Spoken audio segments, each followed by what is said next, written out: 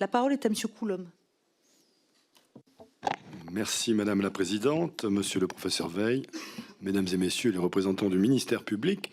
Alors moi, je voudrais vous soumettre un cas pratique, puisque en tant qu'élu du département de la Savoie, nous avons reçu, l'ensemble des élus locaux, une invitation pour les commémorations du 8 mai 1945,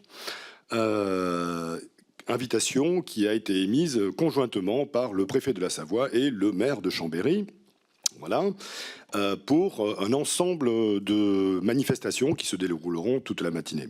Et au bas du carton d'invitation, nous avons été surpris de trouver la mention « Ces cérémonies seront précédées d'un office religieux dispensé en la cathédrale de Chambéry ».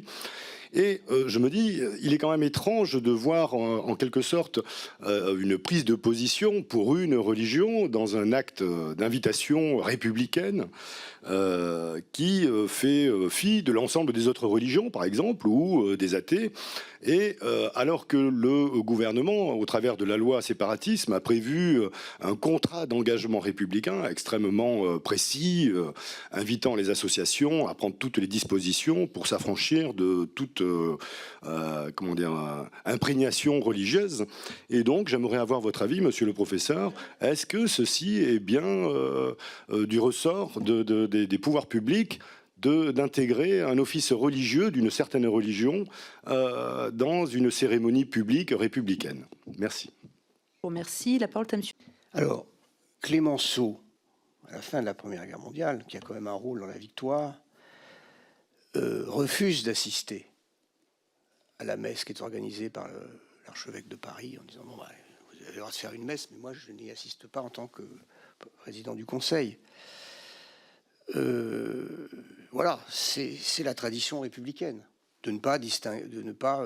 Alors après, vous pouvez avoir, alors ça, je parle je crois que vous êtes au Conseil d'État. Il y a dans des départements, il y a des traditions locales que le Conseil d'État respecte dans sa jurisprudence. Il peut y avoir des traditions locales, et donc je ne connais pas bien. Je ne sais pas si historiquement, au moment de la victoire en 1945. Les autorités de Savoie ont assisté à des messes. Vous voyez ce que je veux dire, c'est que vous pouvez avoir des traditions locales qui permettent de. Mais sinon, il me paraît qu'il doit y avoir une distinction. Merci, monsieur Ploquin. Vous souhaitez ajouter quelque chose? Peut-être deux éléments de réponse. De façon générale, rien ne s'oppose à ce qu'un élu de la République participe à un culte quel qu'il soit. Comme, mais voilà, mais je le dis parce que il se trouve qu'au bureau de la laïcité, un des éléments que nous avons mis en place, c'est le site laïcité.gouv.fr qui permet à tout citoyen de nous saisir de questions pratiques. Et c'est là qu'on s'aperçoit qu'en réalité, la laïcité est à la fois très claire et en même temps dans ses applications parfois plus complexes. Il est vrai que ça peut paraître plus surprenant que dans un carton, j'allais dire, issu d'autorités républicaines, il soit fait état comme si c'était dans le programme officiel. C'est vrai. Après, moi, je le lirais a priori plutôt comme une information en disant « sachez que par ailleurs ». Mais peut-être que la présentation est effectivement maladroite, sous réserve d'une éventuelle tradition locale que, à titre personnel, je ne connaîtrais pas. Je vous remercie.